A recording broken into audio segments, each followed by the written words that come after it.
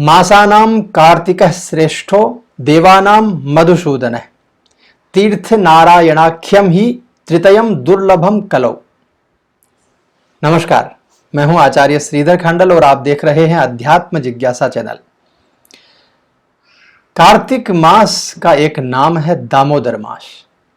कार्तिक का महीना प्रारंभ हो चुका है, तो कार्तिक के महीने में क्या क्या विशेष बातें होती हैं, क्या क्या विशेष त्योहार आते हैं और क्यों इस मास को इतना महत्व हमारे धर्मशास्त्रों में दिया गया है, क्यों इस मास को दामोदर मास का नाम दिया गया है और कार्तिक के महीने को मासानाम कार्तिकः श्रेष्ठो क्यों कहा गया है, यानी सभी मासों में कार्तिक मास को श्रेष्ठ कहा गया है। देवानाम मधुसूदन है, मधुसूदन भगवान कृष्ण को देवताओं में सर्वश्रेष्ठ कहा गया है और नारायण सरोवर को तीर्थों में सबसे प्रधान, सबसे विशेष कहा गया है। तो ये क्यों कहा गया है, क्या कारण है कि कार्तिक मास का ज्यादा महत्व है, कार्तिक मास को इतना ज्यादा क्यों महत्व दिया गया, इन सभी बातों के ऊपर चर्चा करने के लिए, आपका ज्ञानवर्धन करने के लिए मैं आपके सामने उपस्थित हूं। सबसे पहले तो कार्तिक मास में भगवान कृष्ण की बहुत सारी लीलाएं हुई। भगवान राम की लीला हुई, जिसके कारण दीपावली मनाई जाती है, दशहरा मनाया जाता है। कार्तिक मास को दामोदर मास का नाम क्यों दिया गया, इसके बारे में भी आपको बताऊंगा। तो स्टेप बाय स्टेप आपको एक एक चीजें बताता हूं। चलिए, सबसे पहले कार्तिक मास प्रारंभ होने से पूर्व, यानी कार्तिक कृष्ण प्रतिपदा से पहले ही पूर्णिमा आती है, जो शरद पूर्णिमा के नाम से जानी जाती है। यानी शरद पूर्णिमा संधि है कार्तिक मास की। तो शरद पूर्णिमा के दिन भगवान कृष्ण ने राधा रानी और गोपियों के साथ में रास किया था। भागवत में बड़ा पुण्य और पवित्र गोपियों का और भगवान कृष्ण का संयोग का बड़ा अद्भुत चित्रण मिलता है।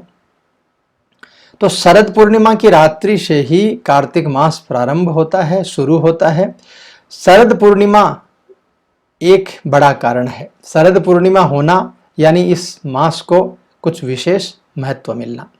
इसके बाद में दूसरा मुख्य पर्व आता है बहुलाष्टमी। बहुला अष्टमी के दिन भगवान कृष्ण और राधा ने राधा कुंड और श्याम कुंड का आविर्भाव किया था। उसके स्मरण में बहुला अष्टमी मनाई जाती है। यानी श्री कृष्ण और राधा रानी ने श्याम कुंड और राधा कुंड का निर्माण किया था, इसलिए बहुला अष्टमी के दिन उसका स्मरण किया जाता है। फिर रमा अष्टमी आती है, माफ कीजिएगा, रमा एकादशी। रमा एकादशी के दिन भगवान नारायण का विशेष व्रत उत्सव आदि किया जाता है। वैष्णवों के लिए यह एक विशेष उत्सव है, ये एक विशेष परंपरा का दिन है। तो रमा एकादशी एक बड़ा उत्सव है। इसके पश्चात धनतेरस आती है। धन्वंतरी भगवान अमृत लेकर के और आयुर्वेद का पूर्ण ज्ञान लेकर के औषधियों के साथ समुद्र मंथन से प्रकट हुए थे धनतेरस के दिन। तो धनतेरस एक बड़ा दिन है।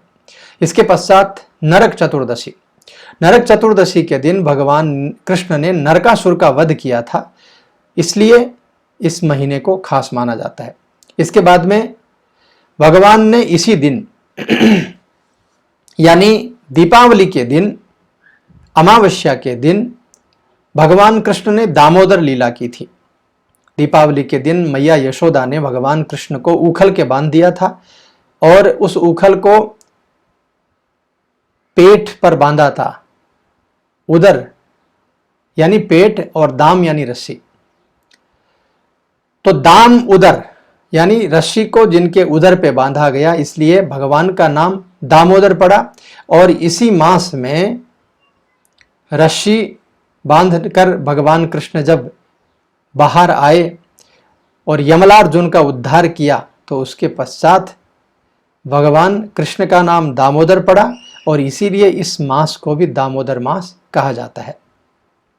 इसके पश्चात दिवाली में भगवान राम 14 वर्ष के बाद वनवास से अयोध्या लौटे।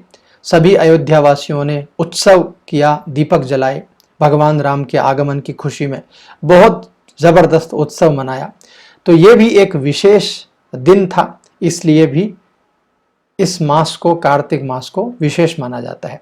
इसके पश्चात गोवर्धन पूजा, दीपावली के पश्चात गोवर्धन भगवान की पूजा की जाती है। भगवान कृष्ण ने अपने बाएं हाथ की कनिष्ठिका अंगुली पर गोवर्धन पर्वत को उठाया था। इसी दिन भगवान कृष्ण को 56 भोग भी लगाए जाते हैं। गोवर्धन जी की पूजा भगवान कृष्ण ने की थी और इंद्र का कोप भंग किया था। तो ये भी एक विशेष दिन है। इसके बाद में आता है गोपाष्टमी। गोपाष्टमी भगवान कृष्ण ने गाय चराना इस दिन से शुरू किया था। इसके बाद उत्थान एकादशी, देवोत्थापनी एकादशी, देव उठनी 11। भगवान 4 महीनों के बाद इस एकादशी को उठते हैं, यानी चतुर्मास समाप्त होता है। तो यह भी एक विशेष कारण। और अंत में तुलसी विवाह इसी एकादशी को किया जाता है। भगवान कृष्ण और तुलसी महारानी का विवाह इसी दिन किया जाता है। शालिग्राम जी का विवाह किया जाता है। तो कार्तिक महीने में भगवान कृष्ण, भगवान राम आदि ने लीलाएं की हैं, इसलिए कार्तिक मास बहुत ही ज्यादा महत्व रखता है।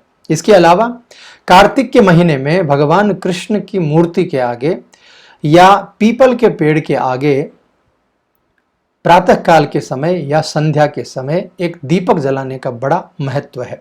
कार्तिक स्नान भी महिलाओं के द्वारा किया जाता है। ठंडे पानी से, ठंडे जल से सरोवर आदि में जाकर के स्नान किया जाता है। गोपिकाओं ने भी स्नान किया था भगवान कृष्ण को प्राप्त करने के लिए। तो यह भी एक विशेष महत्व है। इसके अलावा पद्म पुराण में एक कथा या एक विशेष महत्व वाली बात आती है कि भगवान कृष्ण को यदि प्रसन्न करना है तो एक दीपक प्रतिदिन भगवान कृष्ण के सम्मुख कार्तिक मास में अर्पित कीजिए, घी का दीपक जला करके। उससे आपके धन धान्य की वृद्धि होगी, समस्त रोग आदि की निवृत्ति होगी और बहुत ज़्यादा आपको लाभ इस महीने में मिलेगा। तो मित्रों, कार्तिक मास का बड़ा महत्व है। कार्तिक मास बड़ा पुण्यशाली मास है। इसलिए भगवान कृष्ण की आराधना करने के लिए, भगवान राम की आराधना करने के लिए, भगवती राधा रानी की आराधना करने के लिए यह मास बड़ा ही पवित्र है, बड़ा ही शुभ माना गया है। आशा करता हूं आपको यह जानकारी काफ़ी अच्छी लगी होगी। यदि अच्छी लगी हो तो चैनल को सब्सक्राइब कर दीजिए, लाइक, शेयर और कमेंट में आपकी जो भावना है उसको ज़रूर व्यक्त कीजिएगा। मैं मिलता हूं आपसे किसी नए कार्यक्रम में। तब तक के लिए नमस्कार।